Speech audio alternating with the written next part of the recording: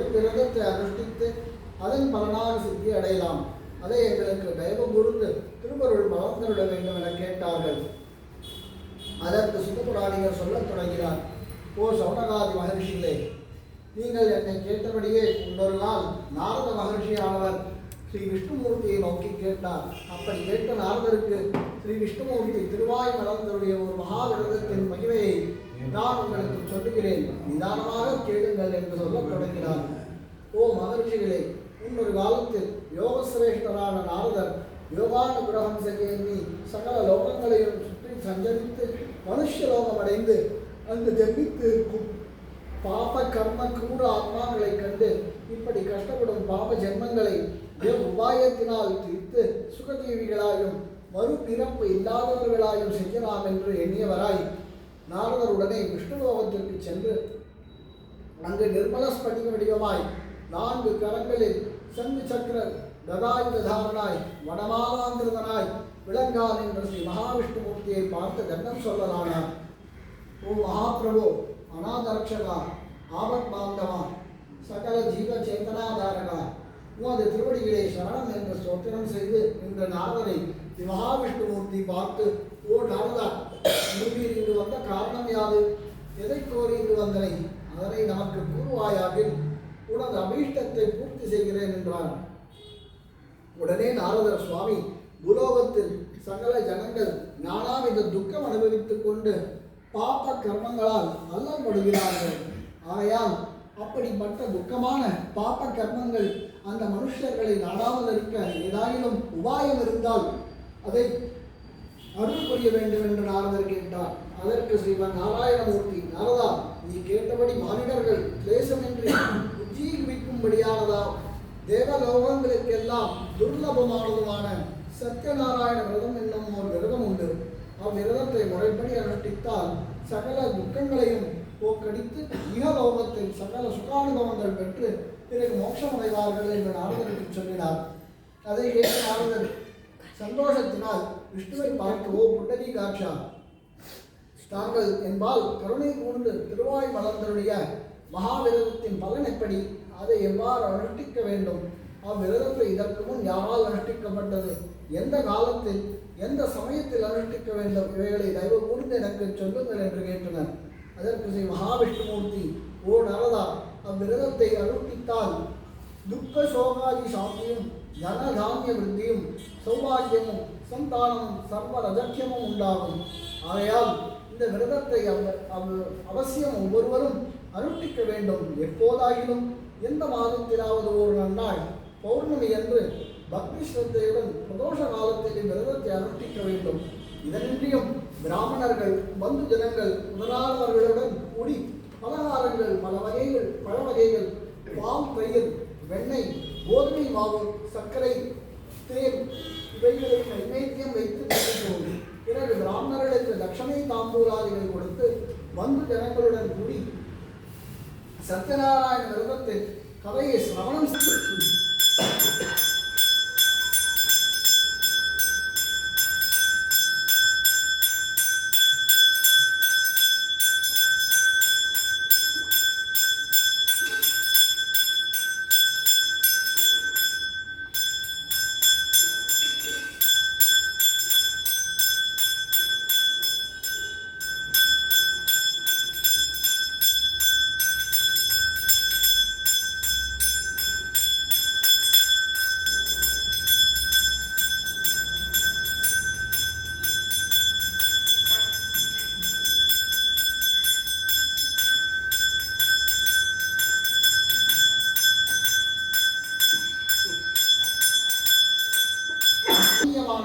காசி பட்டணத்தில் விசேஷ தரித்திரவானாகிய ஒரு பிராமணன் இருந்தான்.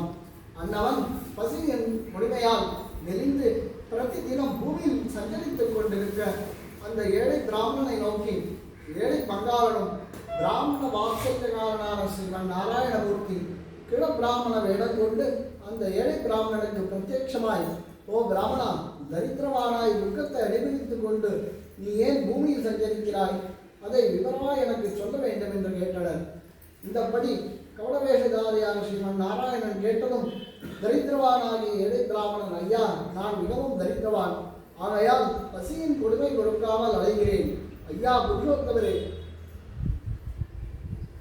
இந்த தரித்திரம் தான் இவ்விரதத்தை தன் பந்துக்களுடன் கூடி அனுஷ்டிக்கும் நாளில் நம்மிடம் ஓர் விறகு இருக்கும் ஏழை அப்பிராமணன் வீட்டின் அருகே விறகு கட்டை வைத்து தாகத்தினால் குடிக்கப்பட்டு அவ்வீட்டிற்குள் சென்று தாகம் அருந்தி அப்பிராமணனுக்கு நமஸ்கரித்து, ஓ சுவாமி, தங்களால் அனுஷ்டிக்கப்படும் இந்த விரதத்தின் மகிமை என்ன? இதனால் என்ன பலன் கிடைக்கும்? இவையாவும் அருள் புரிய எனக்கு சொல்லுங்கள் என்று கேட்டான். உடனே நாராயணன் திருவருள் பெற்ற பிராமணன் சொல்லுகிறார், அப்பா விரைவு இருப்பவனே, இந்த விரதம் சத்யநாராயண விரதம் என்பார்கள். இதை அனுஷ்டிப்பதால் சகல சம்பத்துகளை அடையலாம். இவ்விரதத்தினால் எனக்கு தன தானிய சம்பத்துக்கள் உண்டாயிற்று என்று சொல்லியும் விரவு இருப்பவன் கேட்டு சந்தோஷித்தவனாய் அவ்விரதத்தை செய்யும் முறைகளை தெரிந்து கொண்டு அங்கு கொடுக்கப்பட்ட பிரசாதத்தை புசித்து தனது இருப்பிடமாகிய ஊருக்கு சென்று சத்யநாராயண சுவாமியை மனதில் ஸ்மரித்து இன்று விரவு விற்பனையில் எவ்வளவு பொருள் கிடைக்குமோ அதை கொண்டு விரதம் அனுஷ்டிக்க வேண்டும் என்று சங்கல்பித்து விறகுகளை தலையில் தூக்கி கொண்டு பட்டணத்தில் தனவந்தர்கள் உண்டான இடத்தில் விறகுகளை விற்கச் சென்று 2 பங்கு அதிகமாய் பணம் சம்பாதிக்கப்பட்டவனாய் மிக சந்தோஷம் அடைந்து அப்பொருள்களை கொண்டு வாழைப்பழம், சர்க்கரை, நெய், பால், தயிர், தேன், கோதுமை மாவு இவைகளை வாங்கிக் கொண்டு தனது வீடு சேர்ந்து அங்கு தனது பந்து மித்திரர்களுடன் கூடி சத்யநாராயண விரதத்தை அனுஷ்டித்து முடித்தான். அவ்விரத மகாத்மியத்தால் விசேஷ பொருள், தனம், சம்பத் இவைகளை நிறைய அடைந்து மிக லோகத்தில் சகல சுகானுபவங்களை அனுபவித்து பிறகு சத்யலோகம் அடைந்த மோட்ச சாம்ராஜ்யத்தை பெற்றான்.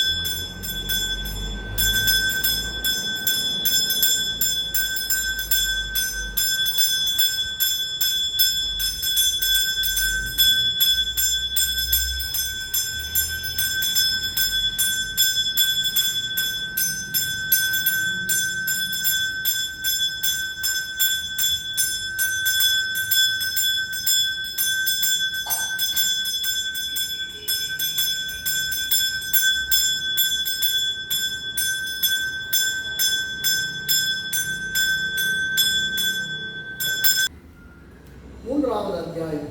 சௌனகாதி முனிகளே, இன்னும் சொல்லுகிறேன் கேளுங்கள் என்று சௌனகாதிகளுக்கு சுதுபுராணிகள் சொல்லுகிறார். பூர்வ காலத்தில் ஜிதேந்திரியனும் சத்தியவாக்கு உடையவனுமாகிய உன்முகம் என்னும் ஓர் அரசன் இருந்தான்.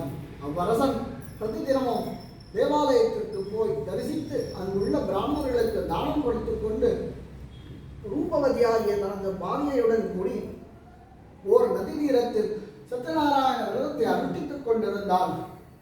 அந்த நதி தீரத்திற்கு சாது என்னும் ஒரு வைசியன் வியாபார நிமித்தமாய் அநேக பொருள்களுடன் தனது கப்பல் ஏறி போகும் வழியில் அந்த நதி தீரத்தில் அரசனால் அனுஷ்டிய நாராயணன் அனுக்கிரகத்தினால் ஒரு புத்திரசந்தானம் உண்டானால் அதன் பொருட்டு விரதத்தை அனுஷ்டிக்கலாம் என்று சொல்லிவிட்டு தன் காரியங்களை பார்த்து கொண்டிருந்தான். இப்படி இருக்க சாதுவின் பத்னியாகிய லீலாவதி என்பவள் ஸ்ரீ சத்யநாராயணன் அனுக்கிரகத்தினால் கர்ப்பவதியாயிருந்து 10வது மாதத்தில் ஓர் பெண் குழந்தையை பெற்றெடுத்து அக்குழந்தையை மிக அருமையுடன் தினே தினே பாலச்சந்திரனை போல் வளர்த்து வந்தார். அக்குழந்தைக்கு கலாவதி என்று பெயர் வைத்து சந்தோஷத்துடன் காலத்தை கழித்தனர்கள். பிறகு ஓர் நாள் லீலாவதி முன் தனது கணவன் பிரார்த்தித்துக் கொண்ட பிரார்த்தனையை செய்து முடிக்க எண்ணியவளாய் சாதுவை பார்த்து, ஓ நாதா, தாங்கள் ஒரு நாள் நமக்கு புத்திரசந்தானம் உண்டானால் சத்யநாராயண விரதம் அனுஷ்டிக்கலாம் என்று சொன்னீர். சுவாமியின் சாபத்தால் இந்த சாதுவின் வீட்டில் லீலாவதியும் தமாட்டாமல் தமது வீட்டை விட்டு புறப்பட்டு வெளியே போகும்போது அங்கு ஓரிடத்தில் சத்யநாராயண விரதம் நடைபெறுவதைக் கண்டு கலாவதி அங்கு சென்று விரதத்தை பார்த்து விரதத்தின் கதையை கேட்டு அங்கு கொடுக்கப்பட்ட பிரசாதத்தினை அருந்தி சுவாமியை ஸ்தோத்திரம் செய்து பிறகு தனது வீடு சேர்ந்தனர். வெளியே சென்றிருந்த தனது மகள் கலாவதி வரவை தாயாகிய லீலாவதி கண்டு, குழந்தாய், நேற்று தினம் எங்கு சென்றாய்? உன் மனதில் என்ன எண்ணினாய்? என்று கேட்க கலாபுரம் அரசனுக்கு நமஸ்கரித்து தனது பூர்வ கர்மத்தை நினைத்து மௌனமாக நின்றார்கள். அரசன் அவர்களை பார்த்து, தெய்வ வசத்தால் இந்த துக்கம் உனக்கு ஏற்பட்டது, இனி யாவொரு பயமும் இல்லை என்று சொல்லி அவர்களை ஆதரித்து உடனே க்ஷவரம் செய்வித்து புதிய வஸ்திராபரணங்களை கொடுத்து அலங்கரிக்க செய்து அவர்களுக்கு சந்தோஷமாகும்படி வினயமாய் பேசி முன் தான் சுவாதீனப்படுத்திக் கொண்ட திரவியத்திற்கு 2 பாகம் அதிகமாகவே கொடுத்து, ஐயா வைசிய சிகாமணிகளே உமது இருப்பிடம் செல்லுங்கள் என்று சொல்ல அரசனிடம் விடை பெற்று வைசியர்கள் தமது சொந்த நகரை நோக்கி புறப்பட்டார்கள்.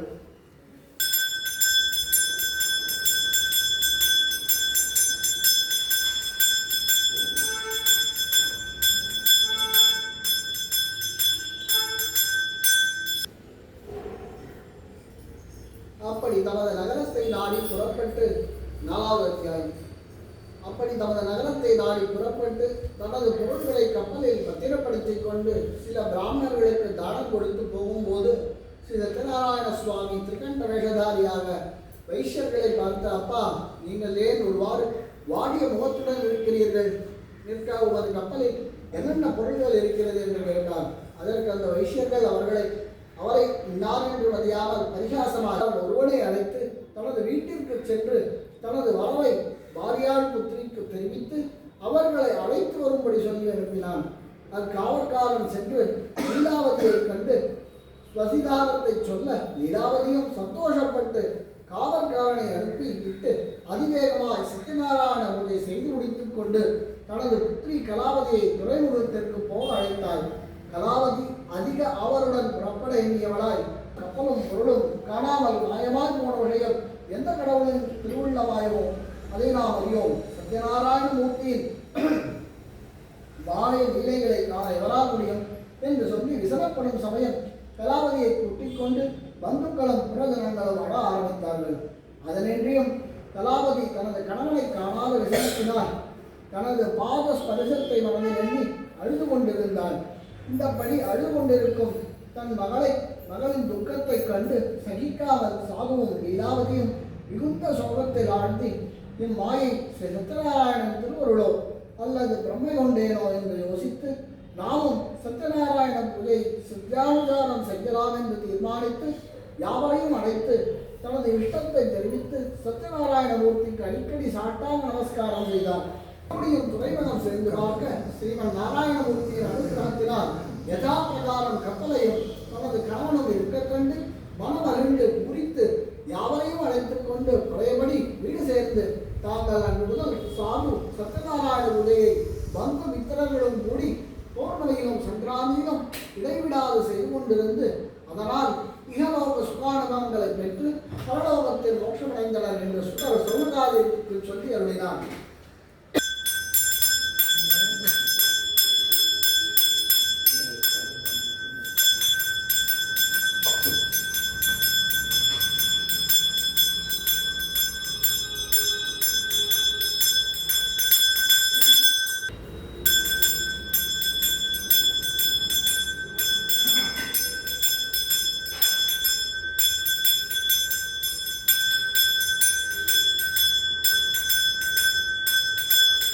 மூழ்கினான். அவன் ஒரு நாள் உத்தியானவனத்திற்கேகி அநேக பாவங்களை செய்து மிகவும் ஆயாசமுற்ற தேகம் வெறிந்து அவ்விடம் ஓர் வனவிருட்சத்தின் அடியில் தங்கினான். அம்மரத்தின் முன்னால் சந்தோஷமான கோபாலர்கள் இடையர் மிகுந்த பக்தியுடன் பந்துக்களுடன் கூடி சத்யநாராயண பூஜை செய்து கொண்டிருந்தார்கள். அந்த அரசனை பார்த்ததும் அருகே போகாமல் தன தானியம் புத்திர சம்பத்துகள் அடைந்து தரித்திரம் நீங்கி குபேர சம்பத்தை பெற்று வியாதி நீங்கி துணிகள் சீட்டுகளாய் பூத பிரேத விஷாத ஏவல் பெரிசூன்யம் முதலிய தோஷங்களை நீங்கி கோரிய வரங்களை பெற்று பிறகு மோட்ச சாம்ராஜ்யத்தை அடைவார்கள். ஆகையால் சௌனகாதி ரிஷிகளே, இவ்விரதத்தை செய்து மனுஷன் முக்தியை அடைவானோ அந்த சத்யநாராயண விரதத்தை உங்களுக்கு சொன்னேன். இதுவுமின்றி கலியுகத்தில் இவ்விரதத்தை பிரதி பௌர்ணமியில் ஒவ்வொருவரும் தவறாக அனுஷ்டித்தல் வேண்டும். இதனால் மேற்கூறிய நற்புலங்களும் மோட்ச சாம்ராஜ்யமும் உண்டாகும் என்று சொல்லி சுதபுராணிகர் கரையை முடித்தனர். சௌனகாதியர் நமஸ்கரித்து அவரவர்கள் இருப்பிடத்திற்கு சென்றார்கள்.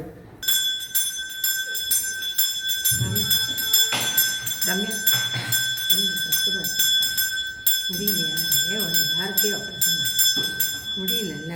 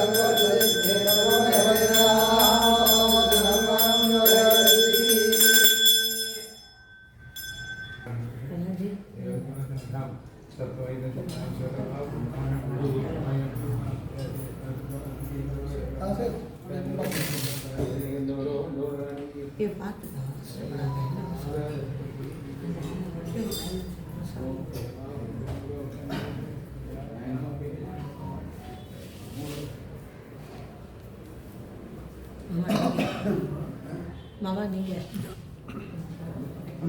கோபால்